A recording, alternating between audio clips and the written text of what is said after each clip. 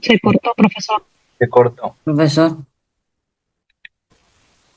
Sí, no sé, hay algo que está pasando con la grabación de la clase. Eh, Mencionaba, volviendo al caso, ¿sí? Usted, señor, es no domiciliado, yo estoy en el país, soy una empresa, usted es una persona natural, me presta dinero con una tasa de 1%. Al prestarme dinero con una tasa de 1%, yo lo que tengo es financiamiento con una tasa de interés barata, estoy llevando menos gasto a la deducción de mi impuesto a la renta y en consecuencia estoy pagando un mayor impuesto. Efecto para mí o para mi fisco, el peruano, la SUNAT, ninguno, porque estoy reconociendo menos gastos y pagando un mayor impuesto. Así que por ahí, nada. Por el otro lado, usted es persona natural que me ha prestado dinero a tasa de 1%, esa tasa es barata. Podríamos tratar de ajustar valor de mercado ahí, pero lo que tenemos es una operación que probablemente tiene un contrato, que probablemente han venido los recursos bancarizados por el sistema financiero. Así que está todo acreditado. Hay un flujo de dinero que me ha ingresado, ha venido por el sistema financiero y hay un contrato que dice que usted me va a cobrar una tasa del 1%. Yo les mencionaba que el impuesto a la renta es uno y debería ser consistente en todo su articulado. Entonces, para que yo, la empresa que recibió el dinero, pudiera aplicar una retención por un valor distinto a la tasa de 1% que usted me está cobrando, yo tendría que tener claro que esa diferencia entre el 1 que usted me cobra y cualquiera que sea el valor de la tasa a valor de mercado, imaginémonos que es 5%, o sea que hay una diferencia de 4, para que yo pudiera hacerle una retención por el 4 que no he hecho, yo tendría que tener claro que ese 4, ese ajuste de precios de transferencia, está contemplado en el artículo 9 o en el artículo 10 de la ley del impuesto a la renta que trata sobre rentas de fuente peruana, de no domiciliados. Hasta en tanto esto, que son ajustes por precios de transferencia, no estén contemplados en el artículo 9 y en el artículo 10 de la ley del impuesto a la renta que trata sobre rentas de fuente peruana, aun cuando nuestra normativa de precio de transferencia diga que deberíamos aplicar un ajuste, no lo puedo aplicar porque solo se reconoce como renta de fuente peruana aquello que esté en el 910. Por técnica legislativa, solo lo que está contenido ahí. Así que si usted me cobra barato, yo no podría ajustar y tener sustento para aplicar válidamente el ajuste a ese cobro barato que usted me está haciendo, porque no hay nada que diga que esas rentas imputadas a valor de mercado o esa corrección a valor de mercado genera renta de fuente peruana. Y como usted está en el exterior, solamente le puedo aplicar retenciones por sus rentas de fuente peruana. Eso quiere decir que tengo que ceñirme a lo que para fines de nuestro impuesto a la renta se identifica como renta de fuente peruana. Me tengo que leer esos dos artículos y si ahí encuentro que algo de lo que usted recibe es renta de fuente peruana, aplico retención sobre eso. Pero si no está ahí, no hay retención ni ajuste que yo tenga que hacer. Así que yo no le haría ningún ajuste, usted me cobraría uno, yo como empresa me tomo el gasto de uno, pago un mayor impuesto y ahí lo dejamos. Le entendí ¿Se perfecto, entendió? profesor. Yo le entendí, sí le entendí. Este mismo entendimiento no cambia cuando la operación es respecto de dos personas jurídicas, porque entiendo que No, el artículo 9 y 10 habla de renta fuente peruana respecto de de rentas de fuente no peruana sin diferenciar domiciliadas, si se trata de una persona de jurídica o una persona persona natural. física. Correcto. Ahora, yendo por lo que usted comenta y trayendo a colación un informe de SUNADI, hay un párrafo específico en el 32A que habla respecto de las retenciones con no domiciliados. Yo lo Ujú. recuerdo que hay un informe de SUNAT que dice, si por ejemplo tienes un préstamo a título gratuito con un no domiciliado y tú eres el prestamista sería, ¿no? Yo domiciliado soy prestamista, perdón, prestatario y el prestamista es Prestatario. un no domiciliado. Mm. Entonces, como tendrías que regirte por las reglas del devengado, haciendo como si te hubiese dado tasa y la retención que tú debes aplicar es sobre la renta presunta. como si hubiese tasa. Recuerdo que ese informe del año 2020, 19 me parece, Sí, que va en relación con el ajuste de precio de transferencia, más no trae a colación lo que usted comenta, que lo entiendo perfectamente, que es un tema específico de lo que se entiende renta fuente peruana, donde no, obviamente no hay un artículo esencial que dice que el ajuste también es renta fuente peruana, sino que únicamente se cita en el 32. así es. Una cosa es lo que debió haber sido y otra cosa es lo que es. Ese ajuste que podría ser reclamado por normas de precio de transferencia para que pudiera ser válidamente solicitado por la Administración Tributaria, debería estar expresamente contenido en el 910 de la Ley del Impuesto a la Renta, porque los extranjeros solo generan gravamen en el país por sus rentas de fuente peruana. Entonces nos ceñimos a leer qué cosa está contenido en el 910 y en la medida de que el concepto que se recibe por el extranjero esté ahí, entonces es renta de fuente peruana, aplicamos retención o eventualmente hacemos ajustes a valor de mercado si no estuviera eh, a ese valor. Pero como no está, entonces no aplicamos, porque no hay nada que diga que los ajustes de precio de transferencia generan una renta de fuente peruana. Además hay un contrato, el contrato dice tasa de 1%, está por escrito, la empresa peruana, en tanto ha seguido las pautas del contrato, ha reconocido los gastos como devengados de acuerdo al contrato. El flujo de dinero ha venido bancarizado, está claro que entró, no sé, $100,000 o lo que sea, y que se pagó 1% de tasa y que yo le he retenido sobre... O sea, todo me muestra la operación como se ha dado, así que no hay nada que me genere una renta de fuente peruana distinta al 1%. Ok. O sea, el informe de SUNAT lo podría discutir en bajo ese criterio que usted comenta. Probablemente la administración tributaria vaya a referirse a que en el artículo 24 se hace expresa mención a eso, sí, claro, y va a tratar de recaudar por ahí, como en muchísimos casos en donde no tiene el debido sustento la administración tributaria y trata de utilizar la normativa para recaudar, eh, y luego se discute en sede del Tribunal Fiscal o se va a pelear el tema en el Poder Judicial y se obtiene el reconocimiento debido, ¿no? Como hay en materia de precios de transferencia también, en la mayoría de las fiscalizaciones que la Administración Tributaria cierra en materia de precios de transferencia, genera adicionalmente un reparo por el 5%, considerando que ese 5% es equivalente a lo que serían los intereses que habrían sido repartidos si la utilidad hubiera sido eh, generada por la empresa local.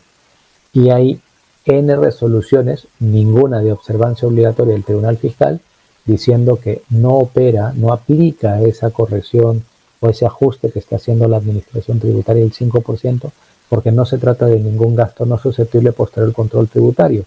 Es más, hay un control tributario, se puede seguir a las dos partes, hay trazabilidad completa y no debería corresponder, pero la Administración Tributaria en todos los reparos pone ese 5% a cobro. Y es más, cuando uno se sienta en una fiscalización a negociar con la administración tributaria para cerrar un determinado ajuste, y a veces se puede negociar con la administración tributaria, la administración puede terminar negociando con usted, ok, ya, no me debes $100,000, me debes $50,000.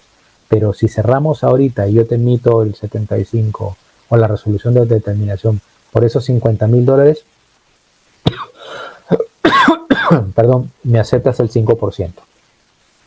Entonces, uno cierra, reconoce el 5%, pero como porque ha sido parte de la negociación, no por otra cosa, y cierra. Pero si no estuviera de acuerdo y puede discutirlo, eh, hay muchísimas resoluciones del Tribunal Fiscal que hacen referencia a este punto y en donde la Administración Tributaria no tiene derecho, pero siempre lo sigue reclamando. Así que sería un punto más de reclamo contra la Administración Tributaria en un procedimiento de precios transferidos. Muy bien, profesor. Muy amable, gracias. Uh -huh. Bien, entonces estábamos hablando Buenas de la noches, vinculación. profesor. Sí. Yo también tenía una consulta. Este, le cuento el caso. Digamos que yo soy accionista en una empresa por más del 35%. Esta Bien. empresa, a su vez, es accionista del 90% de una subsidiaria en otro país, en Latinoamérica. Ujú. Y yo le doy en un contrato de compraventa un porcentaje de acciones a mi hijo de acciones de esta empresa que está afuera. A ver, perdone ¿Sí? un segundito. A ver, Usted es una persona natural, yo soy una persona natural y tengo acciones de más del 35% en una 5% en una empresa empresa. peruana. Esta Usted es empresa, extranjera. ¿ah? Usted es No, extranjero o peruano también. nacional, peruana. También, ya. Ok, Ujú. entonces usted es un accionista peruano con más del 35% de acciones de una empresa también peruana que tiene más del Correcto. 90% o el 90% de las acciones de una empresa extranjera. Sí, Ya, exacto. ya. Entonces, yo le hago un contrato de compraventa de las acciones de la empresa extranjera a mi hijo. Usted le quiere vender acciones, Sí, le vendo acciones. pero usted no tiene acciones de la empresa extranjera, usted tiene acciones de la empresa peruana. Quien tiene acciones de la Claro, empresa extranjera, directamente no la tengo. Ajá, ok, pero o sea, si vamos a hablar de un contrato de venta de acciones de la empresa extranjera, sería un contrato entre la segunda, la empresa peruana, que sí tiene correcto, 90% de acciones. Usted no podría celebrar un contrato de, claro. Quien celebra el contrato es la empresa peruana de con mi empresa hijo. con su hijo, ya. En la medida Ahí, de que no hayan cláusulas que lo impidan, ¿verdad? Porque a veces los estatutos de las empresas, para que no entre ujú, cualquiera al accionariado de esas empresas o del negocio, lo que tienen son cláusulas de derecho de suscripción preferente de acciones. Entonces, si usted quiere vender, usted tendría que ofrecerla primero a la empresa o a los accionistas de la empresa, y si ellos no adquieren las acciones, recién se las podría vender a un tercero, como en este caso podría, respecto a ese negocio, podría hacerlo su hijo, ¿no? sí, sí, sí, Ya, no, no hay cláusulas. ya. Entonces usted, perdón, la empresa peruana le va a Sí. vender un porcentaje de acciones de la empresa extranjera a su hijo. Sí, entonces esa venta también tendría que tener un estudio de precios de transferencia. Esa venta, su hijo no es accionista de la empresa que va a vender acciones, pero usted sí es accionista de esa empresa en más del 35%. Sí, Eh, yo creo que sí. Usted es una vinculada y su sí, hijo, respecto de usted, es un vinculado. Usted estaría vinculado claro, por a ambos lados. consanguinidad. Ujú. Mm, sí, Sí, debería serlo, ¿no? sí, debería, para cuidar el riesgo, claro, debería tener una eh, valorización de las acciones de la empresa extranjera para Sí. ver el valor que la empresa peruana va a asignarle a esas acciones, ¿no? Para que ella no pierda. Y esta valorización de la empresa la tendría que hacer un tercero, una Bueno, empresa X. siempre una valorización hecha por la propia parte tiene menos peso frente a la administración tributaria, ¿no? Mm, ya, me Ahora, queda claro. si la Ujú. empresa de afuera cotiza en el mercado de valores, no tendría que hacer una valorización, solamente tendría que aplicar el valor de cotización de las acciones de la empresa afuera. Eh, No, no es el caso. Pero sí, ya me quedó claro, profesor. Muchas gracias.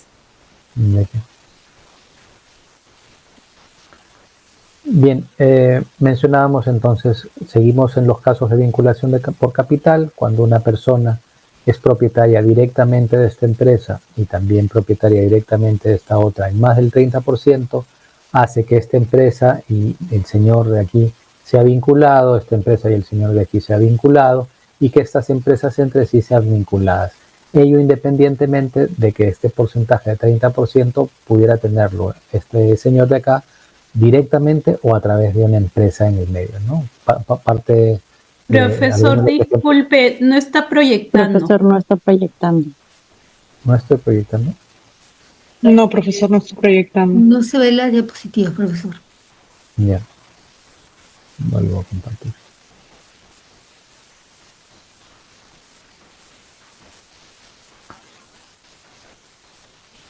Ahora sí. Sí, Sí, ahora sí. profesor. Ya.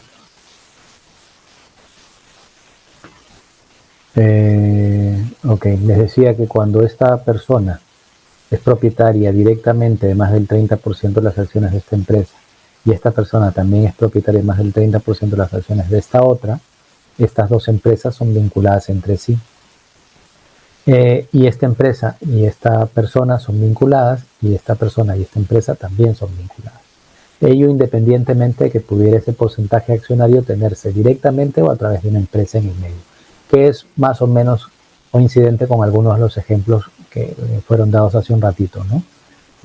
Tengo propiedad en esta empresa, más del 35%, y esta de acá tiene el 50% de esta empresa. Entonces esta empresa es vinculada con esta del medio, con la azulita, y esta del medio es vinculada con la persona natural.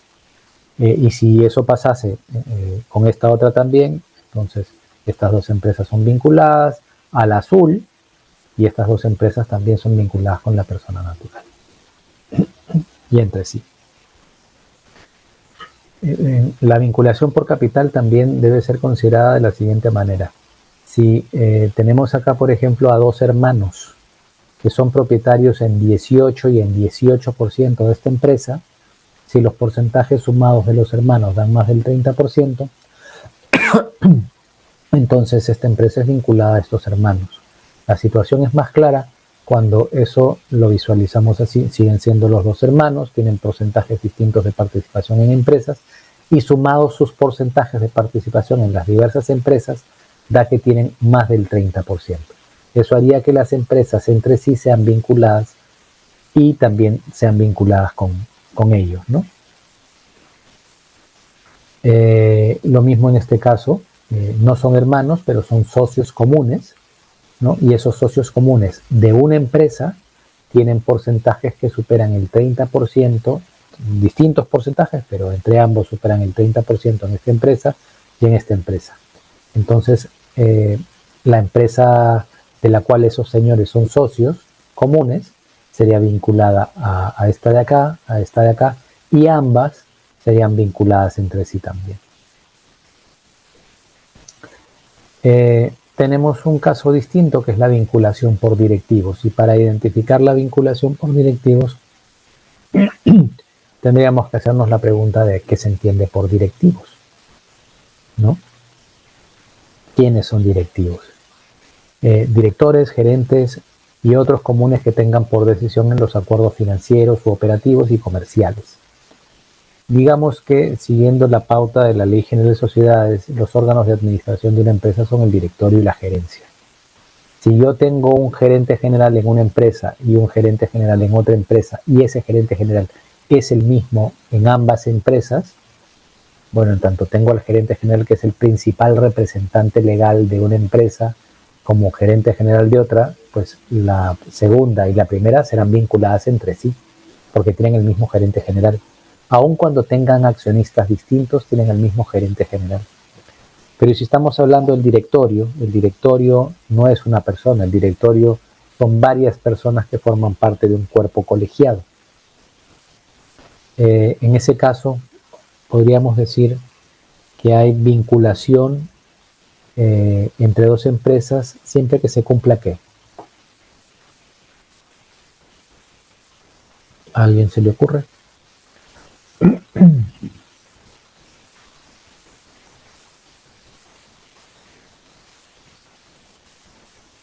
¿Alguien me describe qué es un directorio?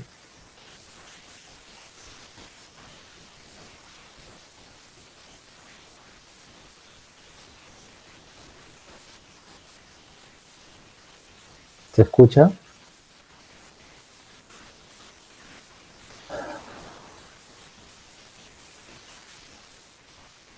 Sí, se escucha, profesor. Ok.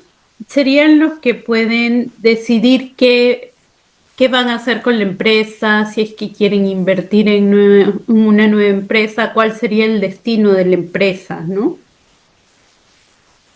El directorio es el principal órgano de administración de una empresa. Es el que, cuando existe, pone y remueve el gerente general.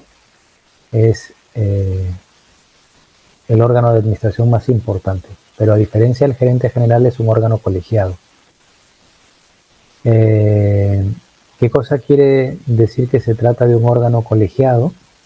Que reúne a varias personas para tomar decisiones en algo que se denomina sesiones del directorio. Y esas sesiones del directorio se realizan para cumplir con una agenda, para tomar decisiones sobre esa agenda, y solamente cuando se vota en el directorio y se alcanza la mayoría en el directorio respecto de un tema, es que esa decisión se convierta en realidad. Pero el directorio, como mencionábamos, es un cuerpo colegiado que está formado por varias personas. Entonces podríamos tener dos empresas. La primera empresa, que tiene como directores a los señores 1, 2 y 3. Y la segunda empresa, que tiene como directores a los señores 3, 4 y 5. La pregunta sería, la primera empresa que no tiene accionistas comunes con la segunda, que no tiene el gerente general común con la segunda, pero que tiene directorio, y en el directorio la primera y en el directorio la segunda está el señor 3, ¿eso hace que las empresas sean vinculadas entre sí?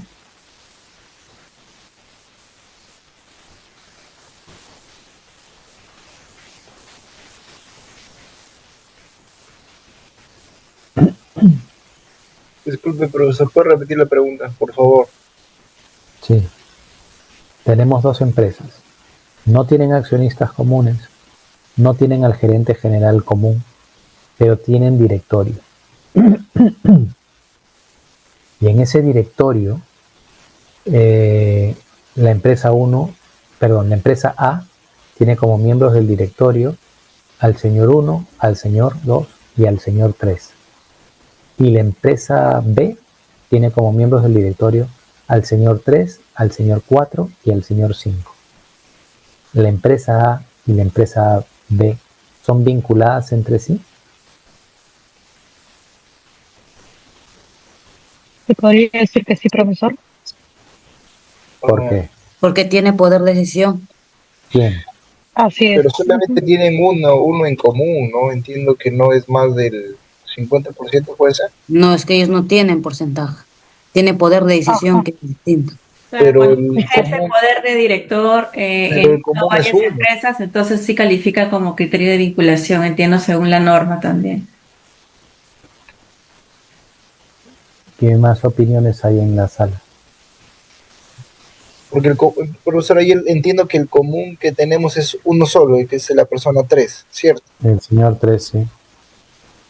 Y él, bueno, no sé si individual o de manera conjunta, pero no tiene poder de decisión o dirección de ambas empresas. Es solamente un miembro del directorio.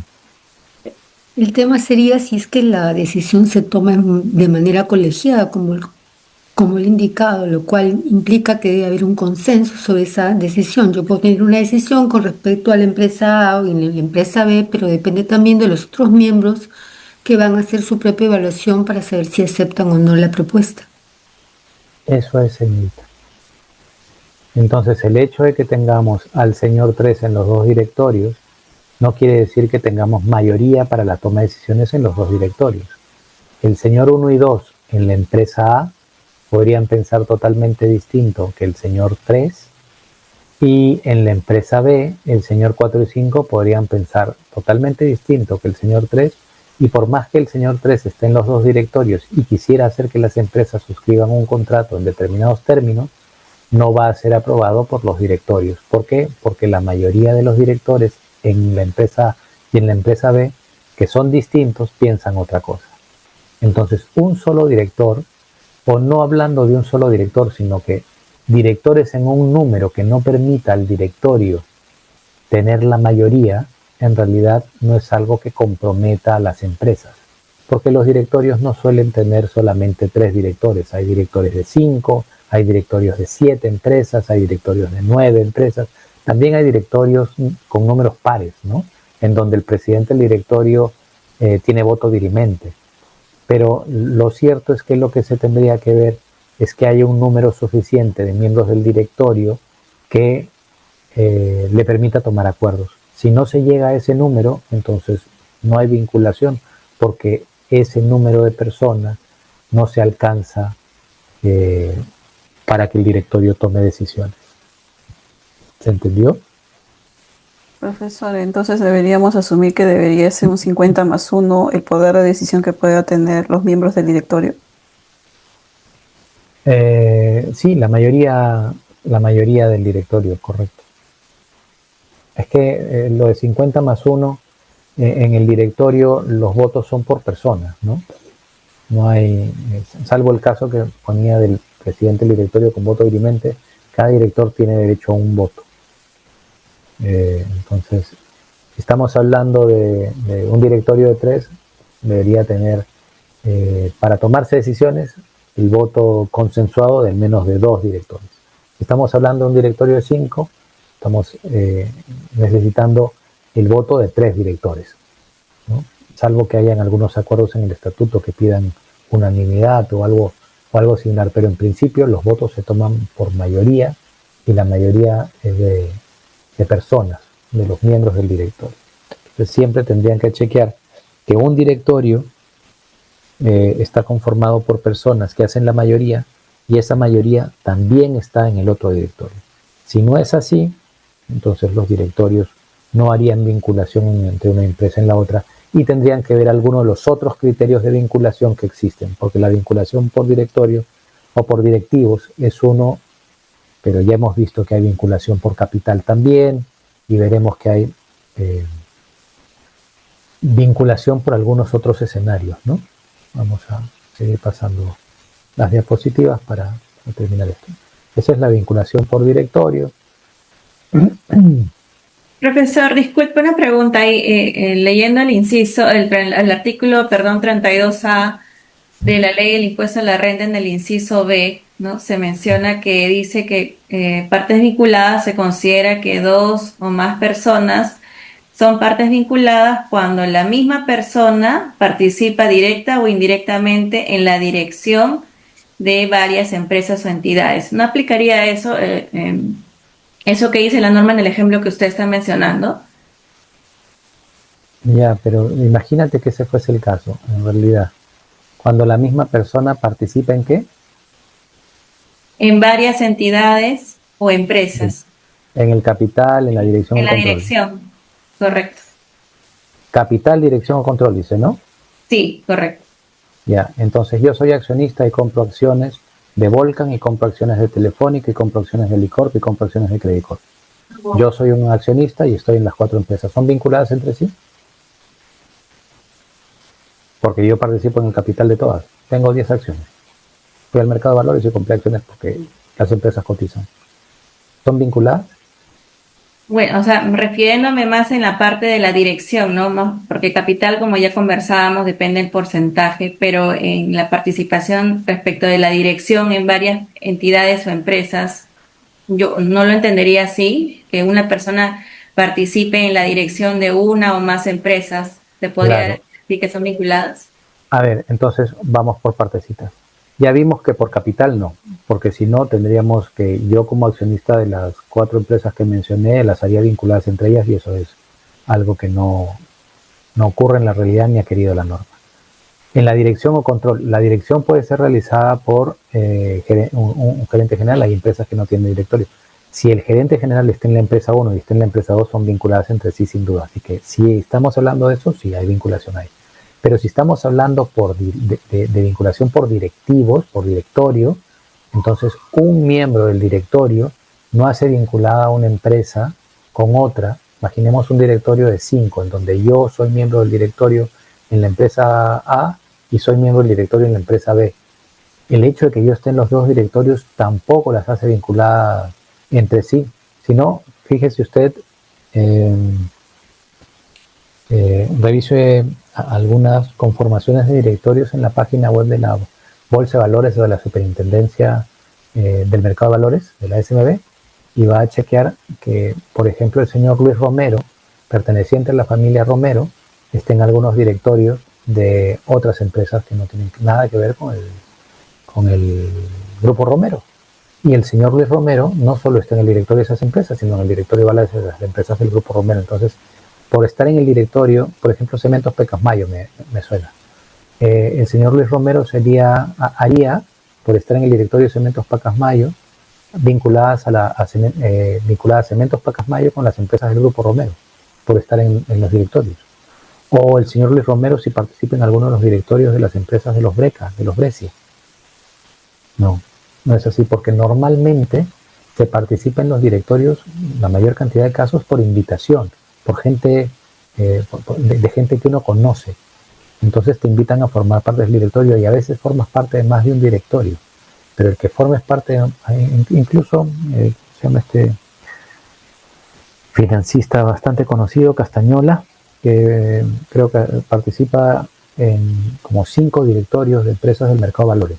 Ninguna empresa que forma parte del mismo grupo, pero como él está en 5 directorios, haría esas empresas vinculadas entre sí. Y no va por ahí tampoco. No es que participes en un directorio, o sea, tú seas miembro de un directorio y otro directorio y otro directorio, y como consecuencia de eso hagas vinculadas a las empresas. Se necesita que tú controles el poder de decisión del directorio, tengas influencia dominante, y lo vamos a ver, hay un párrafo expreso también que habla de influencia dominante en la toma de decisiones del accionista, del accionariado, o sea, de la junta de accionistas o de las sesiones del directorio, para que haya control y como consecuencia el mismo vinculación entre las empresas. Ahora lo vamos a ver, pero es uno de los criterios. Otro es vinculación por estados financieros. Si las empresas consolidan sus estados financieros, todas las que están debajo de ese consolidado son vinculadas entre sí. Por supuesto, si hay contratos asociativos, llámense esto contratos de asociación en participación o de consorcio, pues si tenemos un contrato de colaboración empresarial, lo que hay que verificar aquí es si controlamos más del 30% del patrimonio del contrato. Si es así, la parte integrante del contrato de colaboración empresarial es vinculada con el contrato de colaboración empresarial en la medida que tenga contabilidad independiente, ¿no? Si estamos hablando de un contrato de colaboración empresarial sin contabilidad independiente, entonces en realidad es simplemente un contrato, cada una de las partes es independiente y lo que tendríamos que ver es si hay vinculación con los proveedores o no. Y eso tendríamos que verlo partiendo de algunos de los otros criterios de vinculación que ya hemos evaluado. En el caso de la asociación en participación no hablamos de patrimonio, sino de controlar más del 30% de las utilidades. Tenemos también vinculación por establecimiento permanente. Ustedes saben que los establecimientos permanentes no son sociedades anónimas como tal. Podemos hablar de establecimiento permanente cuando hablamos de una sucursal o simplemente de realizar operaciones en otra ubicación a través de alguna base, pero sin constituir una estructura jurídica independiente. Entonces, hay vinculación entre la empresa y su establecimiento permanente, tanto si es del extranjero con establecimientos permanentes en Perú, como si hablamos de una empresa local con establecimientos permanentes en el extranjero. Luego, el concepto que mencionaba, la influencia dominante, cuando por alguna razón, normalmente de índole contractual, controlamos las decisiones en los órganos de administración, ¿no? El directorio y la gerencia. La influencia dominante es la adopción, cuando en la adopción del acuerdo se ejerza o controla la mayoría absoluta de los votos para la toma de decisiones. Buena cuenta, ¿qué es la influencia dominante? Control de votos.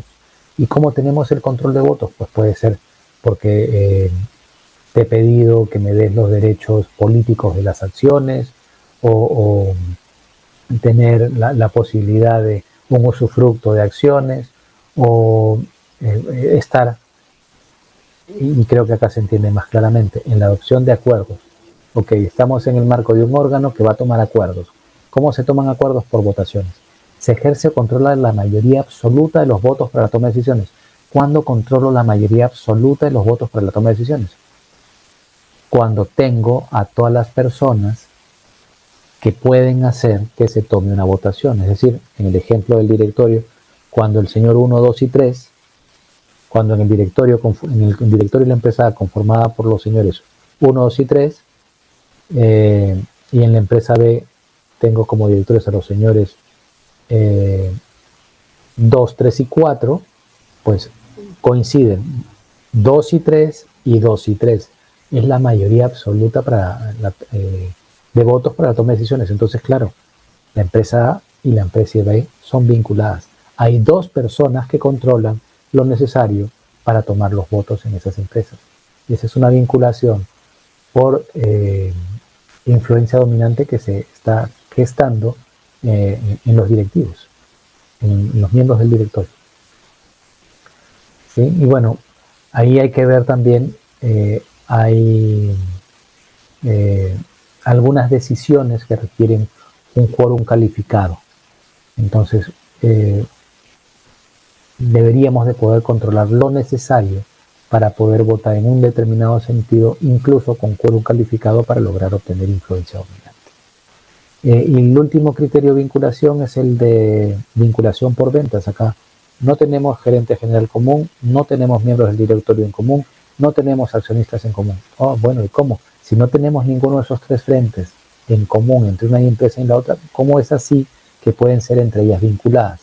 Bueno, este criterio salió hace algún tiempo, tuvo una modificación porque inicialmente lo que se estableció es que cuando una empresa, vamos a llamarle esta A, le vende más del 80% de sus bienes y servicios a la empresa B, entonces la injerencia de B en las decisiones de A es muy relevante y por lo tanto hay vinculación entre ellas. Ese escenario fue muy cuestionado porque hay muchísimas empresas que viven para brindarle casi el 100% o el 100% de sus bienes o servicios a otras. Y no es que estén vinculadas entre sí. En el caso particular, quien saltó y logró la modificación fue Telefónica del Perú. Tenía muchísimas pequeñas empresas que vivían para prestarle servicios y generaban con Telefónica más del 100%, bueno, más del 80% de sus ingresos. Entonces Telefónica conversó con la Administración Tributaria, con Economía y Finanzas y solicitó la modificación del artículo reglamentario porque hubiera sido vinculada con muchísimas. Logró la modificación a través de la incorporación de esta variable. A le tiene que vender más del 80% de sus bienes y servicios a B, pero para B, estas adquisiciones que le hace A tienen que representar más del 30% de sus compras. Con eso, Telefónica lograba eliminar a muchísimas pequeñas empresas, porque esas empresitas que sí vivían de Telefónica no representaban una de ellas el 30% de sus adquisiciones. Entonces, claro, se iban saliendo. Y pusieron que incluso esto debería verificarse en un promedio de 3 años. Así que tenemos como criterios de vinculación por capital, por estados financieros, por ventas, por directivos comunes e influencia dominante. Y ya luego cuando hablamos de algunos contratos particulares, hay que validar si tenemos asociaciones en participación y más del 30% de las utilidades de la asociación, o joint ventures o consorcios con más del 30% del patrimonio. Si es así, puede estarse genera, y en cada uno de esos casos, y en el caso de los consorcios, contabilidad independiente, ¿no? Y en esos casos hay que chequear bien si controlamos el patrimonio más del 30 o la utilidad en más del 30. Bueno, ya llegamos a las 10 de la noche. Nos queda para ver la siguiente sesión, paraísos fiscales. ¿Dudas hasta aquí? Ninguno, profesor. No, profesor. No, profesor. Todo claro, muy bien.